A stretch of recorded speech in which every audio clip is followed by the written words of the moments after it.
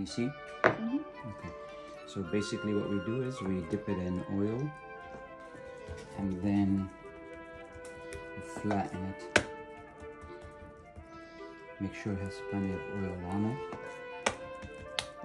and let it rest while the others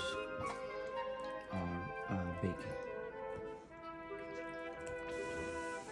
Close up slowly. This is in the oven on bake for 5 minutes. Don't show me. Okay, now we take it from bake to broil for 3 minutes. Okay, now we're ready to transport and we're ready for the second batch.